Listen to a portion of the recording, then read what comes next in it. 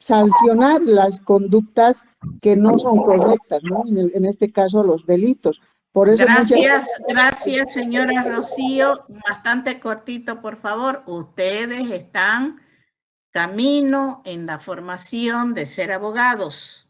Entonces, fíjense cómo una acción de esa naturaleza contraria a la ética puede alterar la paz social, la armonía social, y fíjense de que quizás por alguna compensación que puedan tener, echan a la borda a toda la familia, la imagen. ¿De qué vale de que se hubieran sacrificado 5 años estudiando para conocer las leyes y cuando se las conozca se las va a manejar tan dolosamente? Don Ludwig Claro, breve. Sí, comparto lo que dicen las compañeritas, doctora. Lamentablemente, creo que cuando nosotros como seres humanos nos muestran algún beneficio personal que podamos tener, por cualquiera sea el motivo, entonces podemos incurrir en un delito sin darnos cuenta. Yo recuerdo, ¿será sin darse en cuenta, don Ludwig?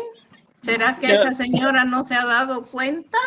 Claro, pues, o sea, me voy a que ha recibido un beneficio personal, y el beneficio personal debe ser muy, muy grande. Tal vez en ese momento no le dijeron, mira, esto te vamos a dar, ¿no? Pero ya cuando ya se fue, ya seguramente llegó más, ¿no? O sea, no. Entonces yo creo que el problema también es moral, doctora. Tiene que ver con la moral. Claro que sí. Muchas gracias. Bien. Don Fernando Molina, lo quiero escuchar, por favor. Con usted vamos a cerrar este espacio. Doctora, buenas noches. Al margen que sea político, pienso que ha sido para el beneficio de la jueza, ¿no? Que a la larga, a la corta, ella va a obtener un gran cargo para su beneficio. Ese sería mi punto de vista, doctora. Gracias. Ya, muchas gracias. Muy bien. Vamos a arrancar con nuestro tema 2, que también ya está en la plataforma, el Power, cosa que ustedes cuando terminen la clase pueden mirarlo posteriormente, y esta clase desde este momento empieza a ser grabada.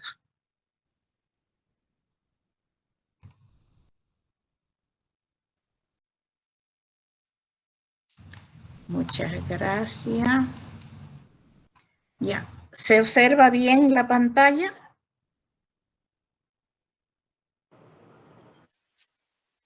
Muchas gracias. Bien, nuestro tema 2, entonces, nos va a hablar referente al origen del hombre. Nos interesa conocer cómo aparece el hombre sobre la faz de la Tierra. Hay muchas teorías sobre esto, pero las más conocidas y las más debatidas son dos: la de origen divino y la teoría evolucionista. La de origen divino tiene su sustento en la fe, en la religión. Los católicos van a encontrar un relato muy detallado en la Biblia respecto a cómo Dios crea a Adán y Eva como los dos primeros seres humanos sobre la faz de la tierra.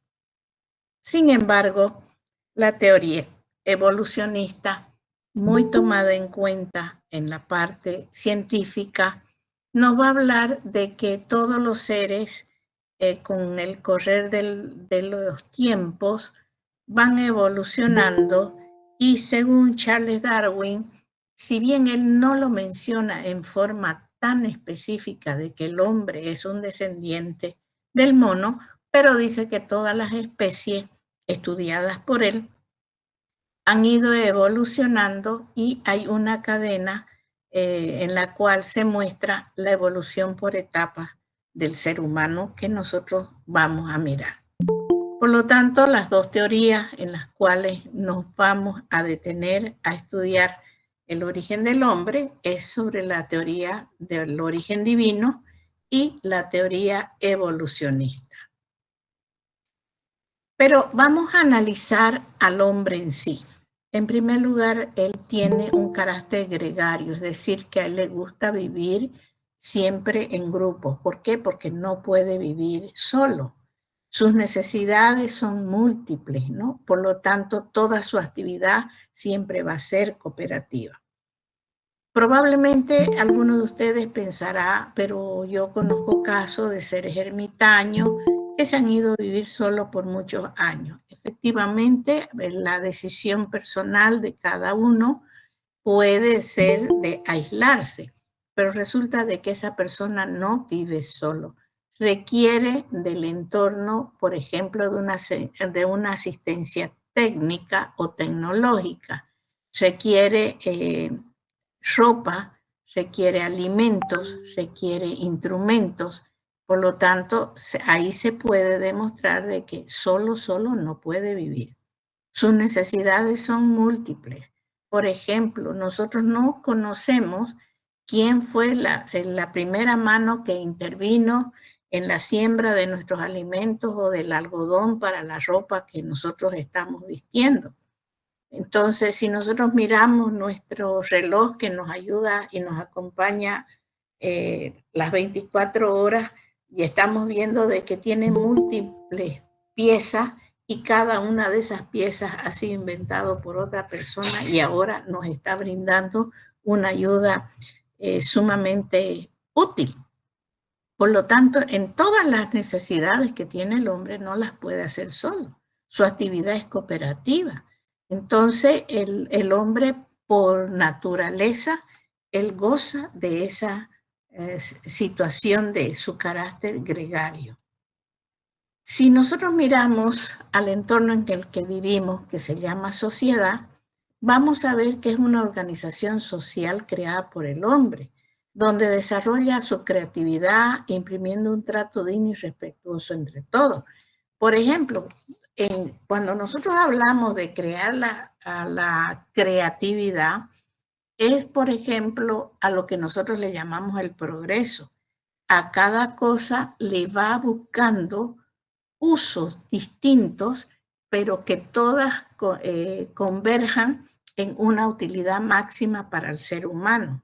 Y sobre todo, en la búsqueda de un trato digno y respetuoso, si bien esto no ha sido desde el inicio de los tiempos del ser humano sobre la faz de la tierra, pero ha ido mejorando cada vez más en el entendido de que si él andaba guerreando, con seguridad que se iba a acabar la especie y no iba a poder trascender como ser humano.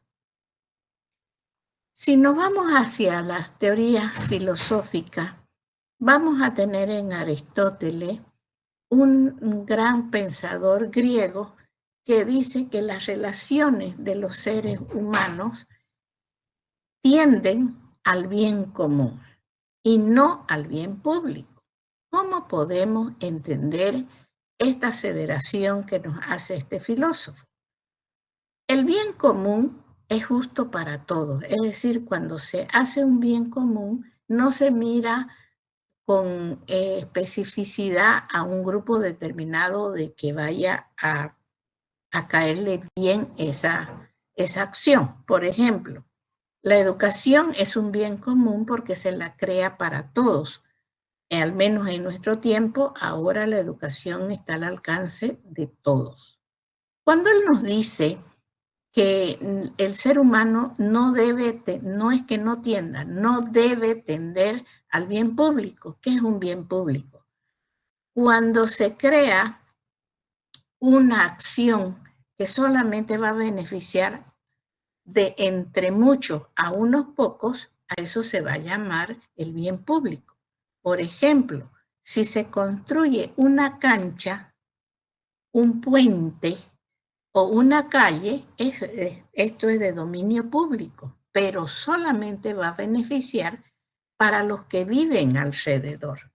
Pero cuando hemos hablado de la educación, esa es una ley general para todos.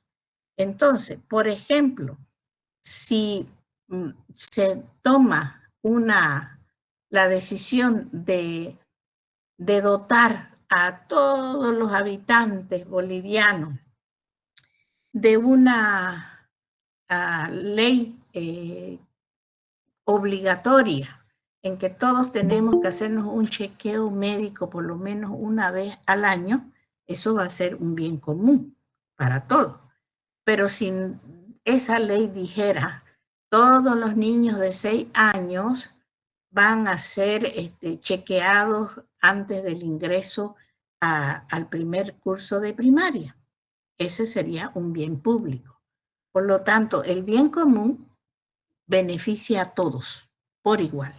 El bien público beneficia a determinada población. Ejemplo, si en este momento nosotros determináramos hacer un mercado, va a ser un bien público, porque solamente va a beneficiar a ese entorno al que no tenía dónde comprar sus alimentos de primera necesidad. ¿Cuándo va a ser un bien común? Cuando, por ejemplo, nos digan que la salud va a ser gratuita desde el nacimiento hasta la muerte. Entonces, ahí estamos hablando de un bien común que va a generar un beneficio para todos. Por eso Aristóteles dice, el ser humano, cuando vive en sociedad, debe tender al bien común. Es decir, que siempre, toda su vida debe estar haciendo bien común y no exclusivamente dedicarse a crear un bien público.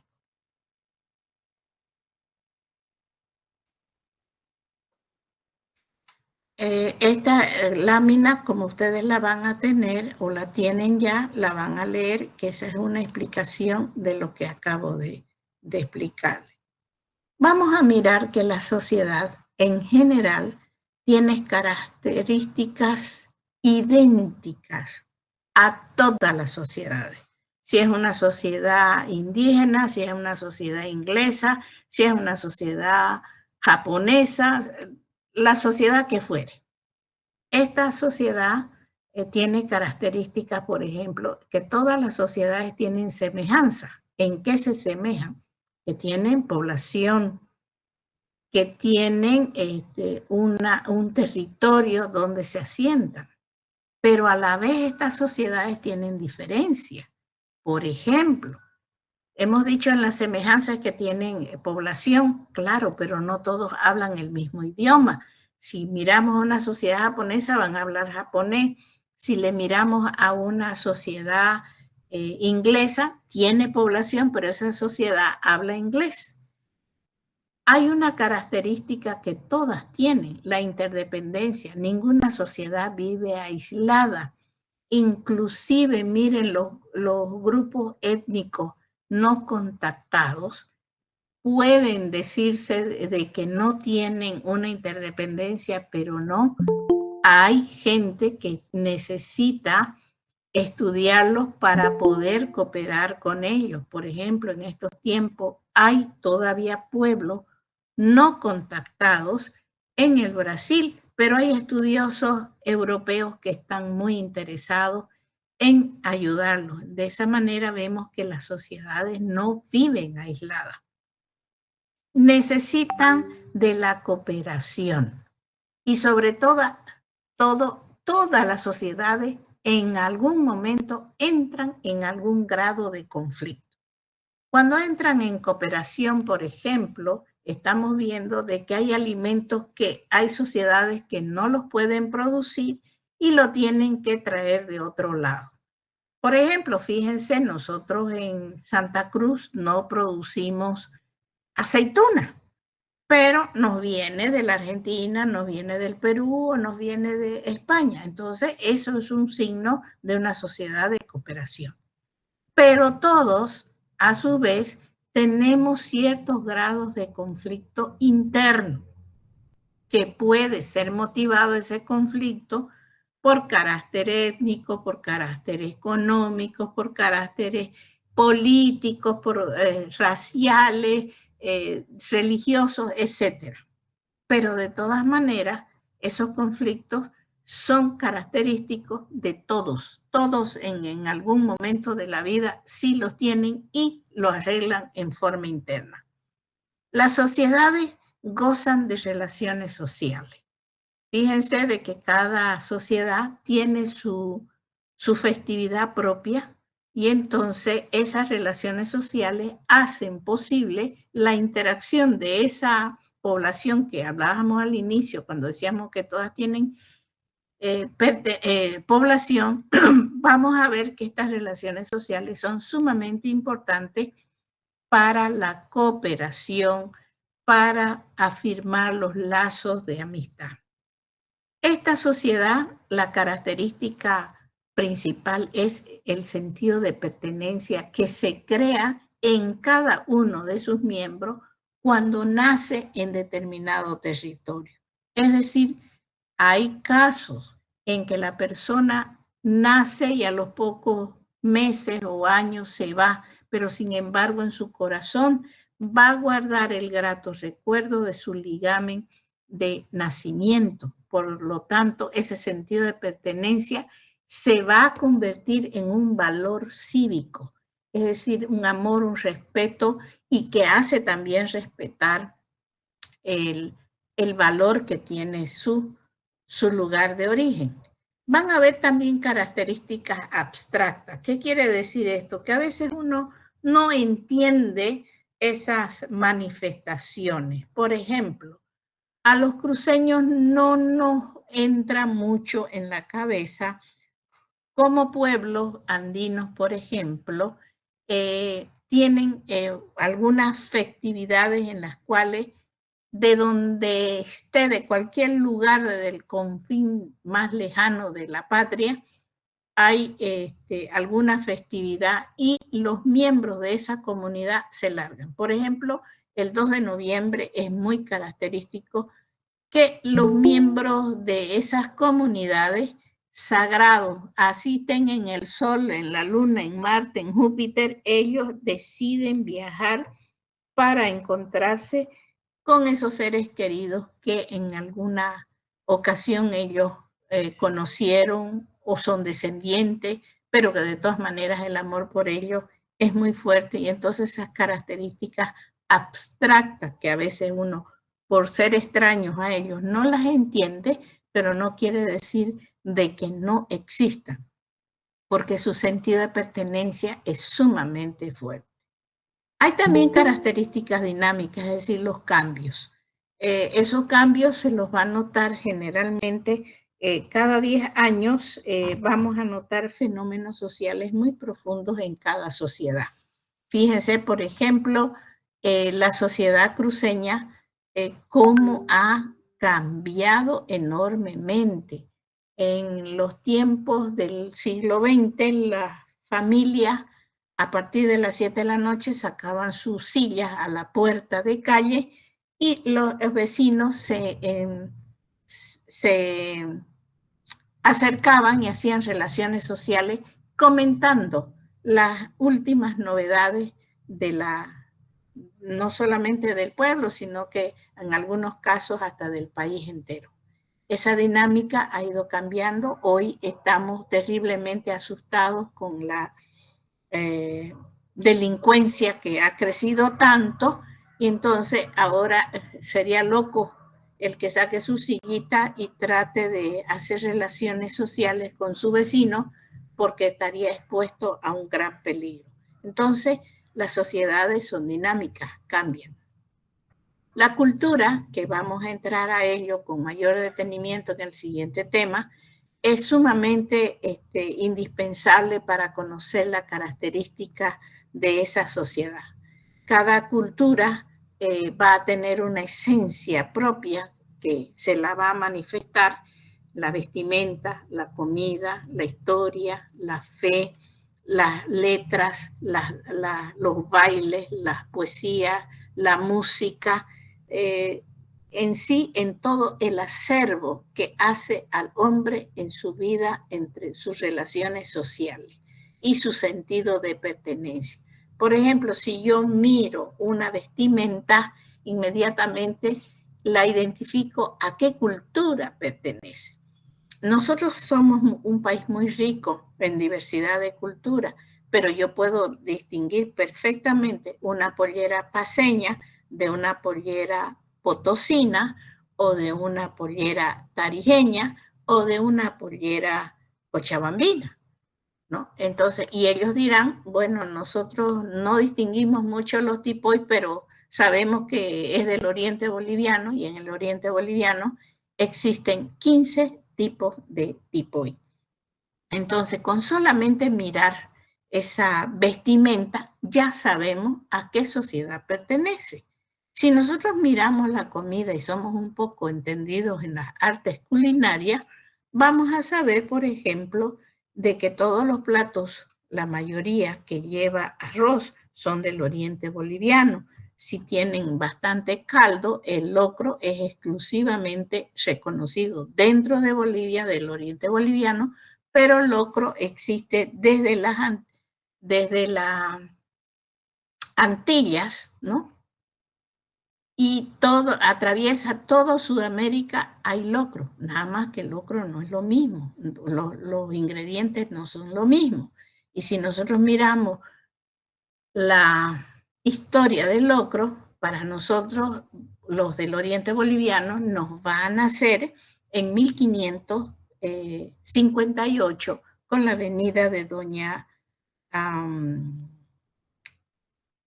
se me ha ido el nombre, de la esposa de Ñuflo de Chávez, que llega a Santa Cruz la Vieja, ¿no? En presencia de su madre y empieza a enseñar a cocinar a las mujeres gorgotoqui.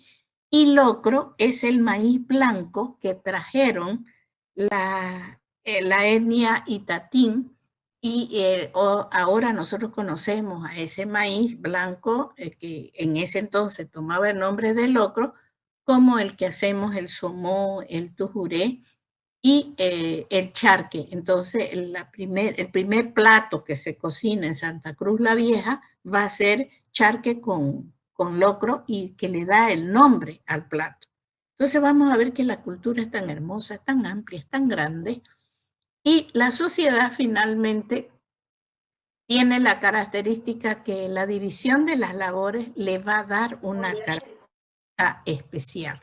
Por ejemplo, si miramos a la Argentina, vamos a ver que hay provincias que son productoras de fruta, otras que son productoras de carne, y entonces fíjense de que inmediatamente a esa sociedad van a decir, no, ahí son agricultores de manzana, ahí se da aceituna, ahí solamente se hace carne, etcétera, etcétera. Esa división de labores también va a dar una identidad propia a cada sociedad. Las características de la sociedad en general, en forma actual, van a haber aspectos que todas tienen. Por ejemplo, el demográfico y sociológico. El demográfico, la demografía es la cantidad de personas que puede habitar en 1 kilómetro cuadrado. Y vamos a ver, por ejemplo, que en Santa Cruz, hasta no hace mucho tiempo, la demografía era inmensa, en razón de que había poca gente en mucha cantidad de territorio. Ahora está cambiando. Los aspectos sociológicos son muy grandes. Miremos solamente el tipo del habla. Cada lugar tiene su manera de hablar porque es característica la identidad. Es muy fácil identificar a una persona si esta es descendiente de una sociedad tarijeña, por ejemplo, va a hablar muy diferente de una persona vallegrandina y que va a tener una entonación propia que no debe ser tomada como en forma peyorativa, como que fuera de menor calidad. Todas tienen la misma jerarquía, lo que pasa que tienen una propia identidad. Van a haber características políticas, por supuesto. Van a haber sociedades que están muy inmersas en las actividades políticas. Hasta hace muy poco tiempo Santa Cruz fue muy apática como sociedad en meterse en asuntos políticos. Pero hace 30 años atrás existe el fenómeno social en que la gente empieza a interesarse por los asuntos de Estado, principalmente por las agresiones económicas que se dan en contra del departamento, y entonces empiezan a publicitarse con mayor frecuencia en varios medios esas situaciones, y entonces la gente empieza a interesarse e empieza a incursionar en el ámbito político. En la situación económica, cada sociedad ha tenido y tiene sus intereses económicos. Santa Cruz, desde 1568, hace una característica muy especial, que es la de ser productora. Y esto es incidido enormemente por el trabajo jesuita que tuvo, que el trabajo a los chiquitanos era de producción en masa, que inclusive desde ya esa época Santa Cruz empezó a ser productora, por ejemplo, de azúcar, y a las minas del occidente les munía de azúcar, cuero, tabaco, arroz, inclusive el azúcar cruceña llegaba hasta Asunción del Paraguay. Entonces, cada sociedad va a tener una actividad económica. Si le miramos, por ejemplo, a Potoxi, que era es el nombre correcto del cerro, es una sociedad eminentemente minera, pero sin embargo la economía no solamente se afincó en la producción minera, sino una actividad comercial muy grande, y Potosí llegó a tener una población igual a la de París, y por eso se la conoció mundialmente, en que cuando las cosas valían mucho, se decía, vale un Potosí. Vamos a mirar la característica tecnológica. Cada sociedad va avanzando en su progreso, y esa tecnología también la va haciendo conocida.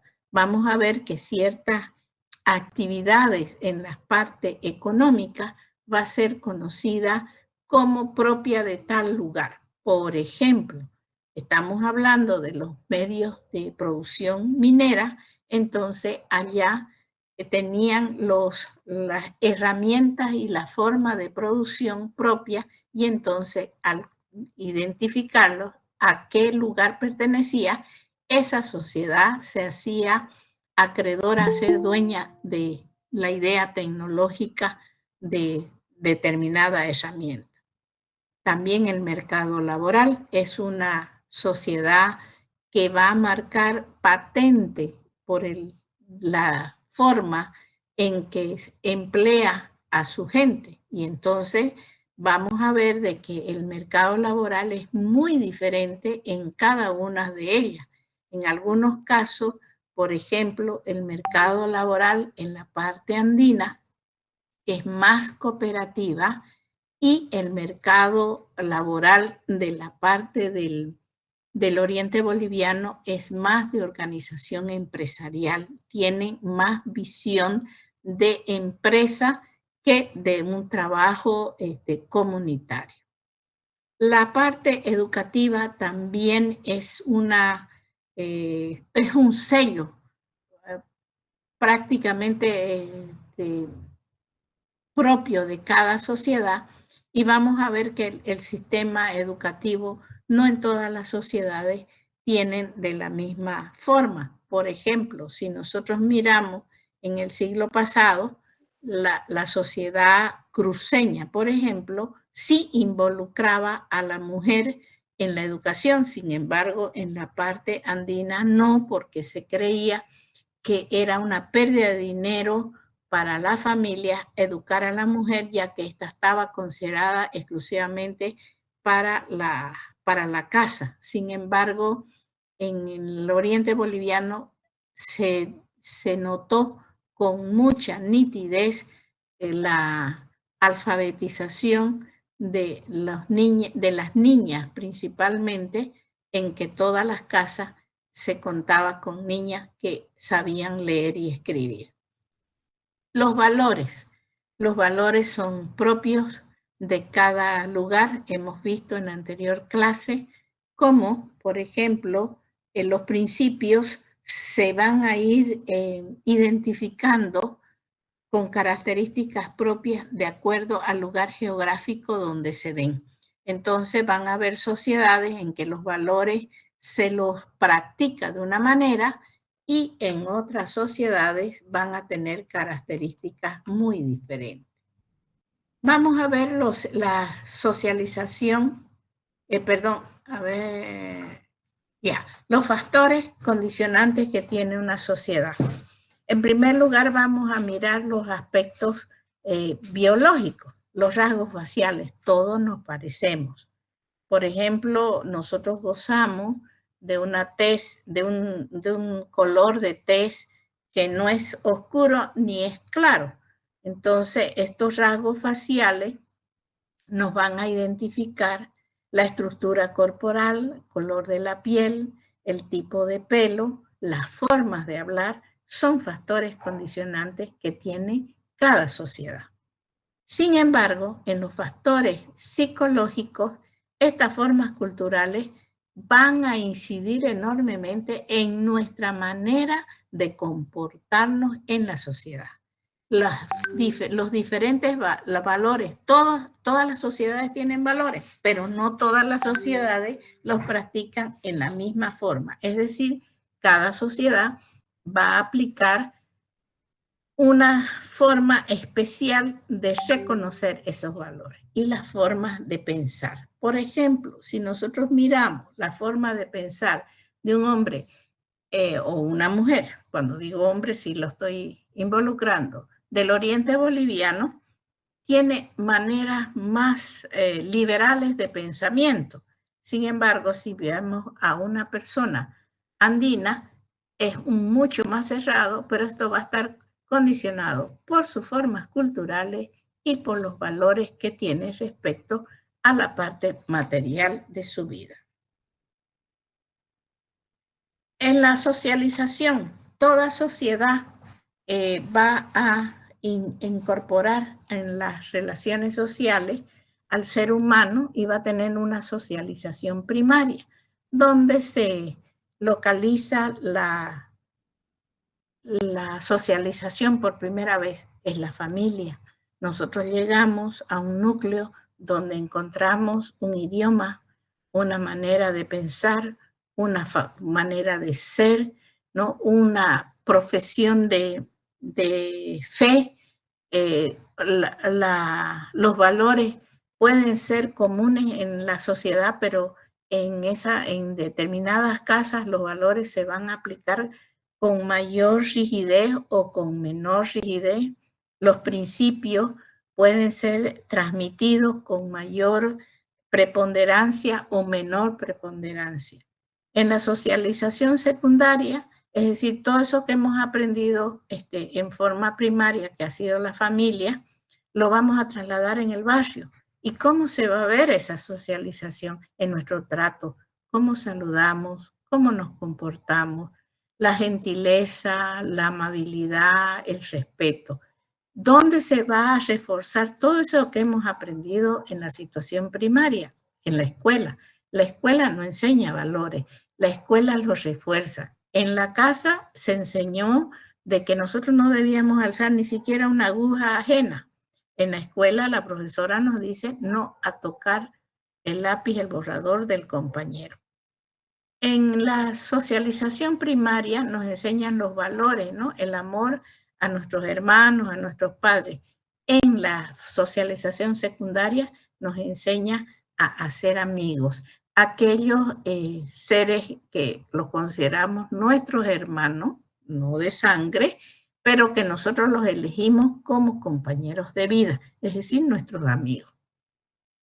Y finalmente, en la socialización secundaria, encontramos a la educación que nos va a dotar de todas las ciencias, por lo menos algunos vestigios de ella, para que nos acompañen durante toda la vida y nos podamos defender. Por ejemplo, aprendemos a sumar, restar, multiplicar, dividir, escribir, leer, son vestigios iniciales para que nos acompañe y nos ayude en la defensa de nuestra vida. Si nosotros miramos, por ejemplo, las clases sociales, que inicialmente, por ejemplo, nos viene tanto de Roma como de Grecia, vamos a ver de que la mayoría de la población de las sociedades eran esclavos. Los clientes, que eran en todo caso personas que se dedicaban al comercio, los plebeyos que no pertenecían a la parte de autoridades, que tenían un rasgo de monarquías, y los patricios, que eran hombres libres y muy adinerados. Esas son las clases sociales que inicialmente tiene el mundo y nos los muestran a través de los relatos que leemos de Grecia y Roma. Sin embargo, con la Revolución Francesa se va a agrandar estos linajes, si podría decirse, de cada una de las fajas sociales, y vamos a ver un pueblo llano, que es de clase baja inferior, muy pobre, una baja superior, ¿no? Sigue siendo pobre, pero no tan paupérrima la situación como de la baja interior, la media baja, que trabaja ocasionalmente y que tiene como defenderse en la vida, la media, que tiene mejor solvencia económica, la media superior, que ya detenta una riqueza estable, y la clase alta, de la cual va yendo camino a la sucesión de los bienes de acuerdo a la casta social. Si nosotros miramos en la Revolución Francesa, aquí nosotros vamos a tener al pueblo llano, acá los comerciantes, la clase militar, la clase eclesiástica y finalmente a los gobernantes. Esa era la torta social que se conocía en la Revolución Francesa, y estas clases sociales nosotros las vamos a heredar a través de los códigos napoleónicos que nos llegan hacia América, hacia Sudamérica, en la cual nosotros vamos a clasificar también de esta manera, y hasta el día de hoy nosotros tenemos en las sociedades vestigios de todo esto. Por ejemplo, estos de aquí de arriba, a los 15 años, presentaban a sus hijas para matrimonio y les hacían unas fiestas, pero fenomenales. Estos de aquí, que somos nosotros, también hemos heredado esa práctica, y de tal manera que también presentamos a nuestras hijas a los 15 años con bombos y platillos, ¿no? Por ejemplo, la casta militar, casar a nuestras hijas con algún militar, era pues la aseguranza de la sociedad que esta hija iba a tener. Si nosotros miramos la situación en la época de la República, vamos a ver de que el español, nacido en Europa, tiene hijos entre españoles, pero están acá en América, va a salir el criollo. Si se casa con alguna indígena, va a ser mestizo. Los indígenas entre sí, y estos que van a ser los esclavos, que pueden ser descendientes de estos indígenas. Nunca va a haber esclavos de España, de españoles, de criollos o de mestizos. Siempre van a ser de la línea indígena. Si nosotros miramos el estatus ahora en el cual nosotros nos movemos, el estatus es movible, es voluntario. Yo lo puedo cambiar con solamente una dedicación, una voluntad mía. Por ejemplo, en el caso de que si yo soy ama de casa, ¿no? Pero si me preparo, estudio, entonces yo puedo llegar a ser profesional. Entonces, mi estatus, mi lugar de donde yo estaba, ¿no? Aquí, de ama de casa, si yo mejoro mi calidad intelectiva, yo puedo cambiar de estatus y me traslado al estatus profesional. ¿Qué estatus yo tengo en este momento? Por ejemplo, yo tengo el estatus de docente. En algún momento yo he estado aquí, me he capacitado y entonces ahora estoy acá. ¿Puedo cambiar el estatus en cualquier momento? Sí. Yo puedo, en este caso, si yo soy profesional, si me fuera a mejorar y quiero ser astronauta, pues mi estatus va a cambiar. Los roles. ¿Qué es lo que yo hago en mi medio? Los roles es la actividad que yo desempeño en mi sociedad. Aquí vamos a ver desde este señor Picapiedra, ¿no? El rol de guerrero, el rol de recolector, el rol del proveedor, el rol cooperativo, ¿no? Y el rol familiar. ¿Qué rol yo tengo en este momento? Yo soy mamá, es un rol. Soy ciudadana, también es otro rol. Soy educadora, también es otro rol. Entonces, depende de la actividad que yo realice en ese momento dentro de la sociedad. Si nosotros miramos cómo anteriormente el papá era la cabeza de familia y la autoridad absoluta, ¿no? Y todo esto estaba destinado exclusivamente a la mujer. Sin embargo, este rol ha cambiado. Ahora, ambos pueden ser profesionales, ambos pueden trabajar y de ambos es la tarea de la educación y sustentación de los hijos en el hogar.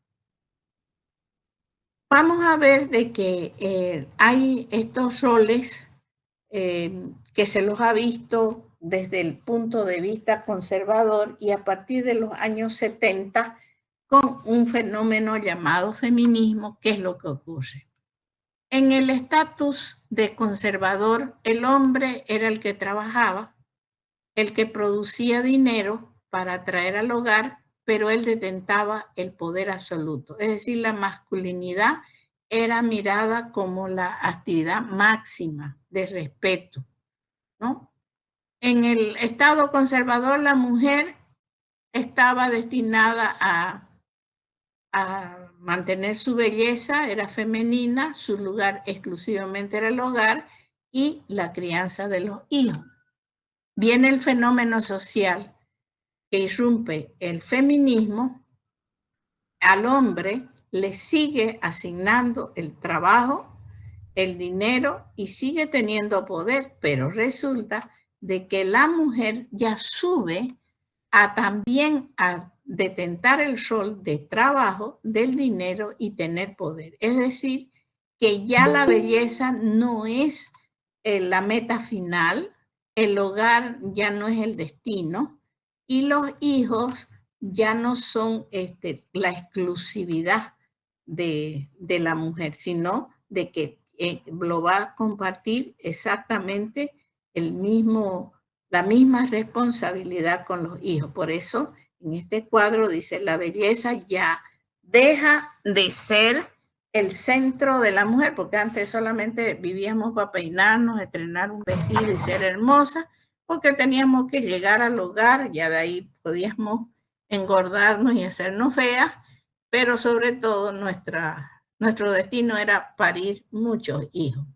Ahora fíjense el fenómeno social que se está dando es que ya la mujer ha aprendido a través de la educación a manejar su cuerpo y domina la cantidad de hijos que desea tener. Vamos a ver de que en toda sociedad van a hacer una conciencia social. En las ideologías políticas, como le decía, hay un fenómeno social de hace 30 años en Santa Cruz. Esta ideología política empieza a ser incipiente, empieza a cimentarse bastante fuerte. La cívica la estamos respirando en Santa Cruz con mayor fuerza, y ni qué decir de una conciencia social. Ahora nosotros estamos conscientes de que todos somos iguales y hay que luchar por esta conciencia social para poder trascender a través de ese pensamiento abierto. La conciencia social también sobre la religión y la filosofía. Hoy tenemos una gran apertura en la cual nosotros podemos elegir el tipo de religión que tengamos y la filosofía que va a mover nuestra vida, y nadie puede censurarnos, castigarnos, cuestionarnos por el tipo de filosofía en que nosotros decidamos tener. La estructura jurídica y los valores, fíjense que nosotros en este momento que estamos formando para la carrera de Derecho, la estructura jurídica no la estamos teniendo con bastantes cimientos. Estamos viendo de que la vapulea mucho la ideología política, que no debería inmiscuirse, pero sí debería estar sustentada por valores muy fuertes, cosa de que esta estructura jurídica represente lo justo y lo correcto. Entonces, por ejemplo, la objeción de conciencia que debe tener cada persona es hacer respetar su argumento ético o religioso para oponerse o a incumplir una norma porque le daña su moral, su fe y su forma de pensar. Por ejemplo, por eso lo inicié hoy día nuestro tema con la opinión de ustedes. ¿Qué opinaban respecto a una resolución jurídica que ha alterado la paz y el pensamiento de nuestro medio?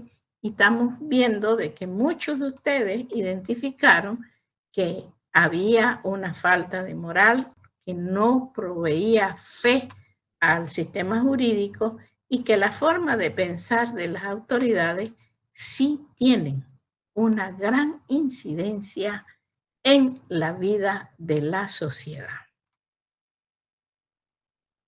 Bien, si hay alguna consulta, por favor, hemos llegado en punto a nuestra hora de clase.